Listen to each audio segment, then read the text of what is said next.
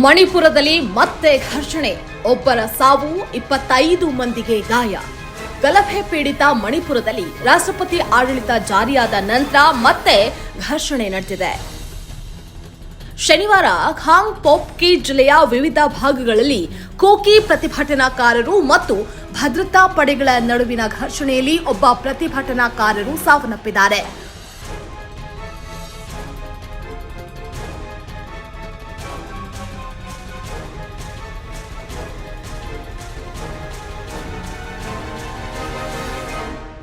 ಮಹಿಳೆಯರು ಸೇರಿದಂತೆ 25 ಮಂದಿ ಗಾಯಗೊಂಡಿದ್ದಾರೆ ಅಂತ ಅಧಿಕಾರಿಗಳು ತಿಳಿಸಿದ್ದಾರೆ.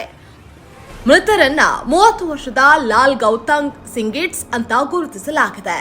ಕಿತೆಲ್ ಮಂಪಿಯಲ್ಲಿ ನಡೆದ ಘರ್ಷಣೆಯ ವೇಳೆ ಗುಂಡು ತಗುಲಿ ಗಂಭೀರವಾಗಿ ಗಾಯಗೊಂಡಿದ್ದ ಆತನನ್ನ ಆಸ್ಪತ್ರೆಗೆ ಸಾಗಿಸುವ ಮಾರ್ಗ ಮಧ್ಯೆ ಮೃತಪಟ್ಟಿದ್ದಾರೆ.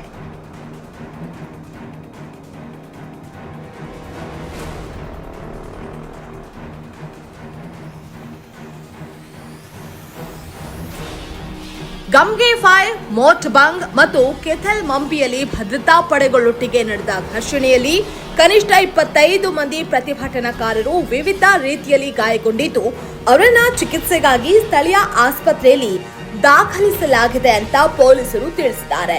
ರಾಜ್ಯದಾದ್ಯಂತ ಸಾರ್ವಜನಿಕ ಸಂಚಾರವನ್ನ ಮುಕ್ತಗೊಳಿಸುವ ಕೇಂದ್ರ ಗೃಹ ಸಚಿವ ಅಮಿತ್ ಶಾ ಅವರ ನಿರ್ದೇಶನವನ್ನ ವಿರೋಧಿಸಿ ಕೋಕಿ ಪ್ರಾಬಲ್ಯದ ಜಿಲ್ಲೆಯಲ್ಲಿ ಪ್ರತಿಭಟನೆ ನಡೆಸ್ತಾ ಇದ್ದ ಪ್ರತಿಭಟನಾಕಾರರನ್ನ ಚದುರಿಸೋದಕ್ಕೆ ಪೊಲೀಸರು ಅಶ್ವವಾಯು ಪ್ರಯೋಗಿಸಿದ ನಂತರ ಪ್ರತಿಭಟನೆ ತೀವ್ರಗೊಂಡಿದೆ. ಪ್ರತಿಭಟನಾಕಾರರು ಖಾಸಗಿ ವಾಹನಗಳಿಗೆ ಬೆಂಕಿ ಹಚ್ಚಿದ್ದು ಇಂಪಾಲ್ನಿಂದ ಸೇನಾಪತಿ ಜಿಲ್ಲೆಗೆ ಪ್ರಯಾಣ ಮಾಡ್ತಾ ಇದ್ದ ರಾಜ್ಯ ಸಾರಿಗೆ ಬಸ್ ಅನ್ನ ತಡೆಯೋದಕ್ಕೆ ಪ್ರಯತ್ನ ಮಾಡಿದಾಗ ಪರಿಸ್ಥಿತಿ ಹದಗೆಟ್ಟು ಅಂತ ಪೊಲೀಸರು ತಿಳಿಸಿದ್ರು.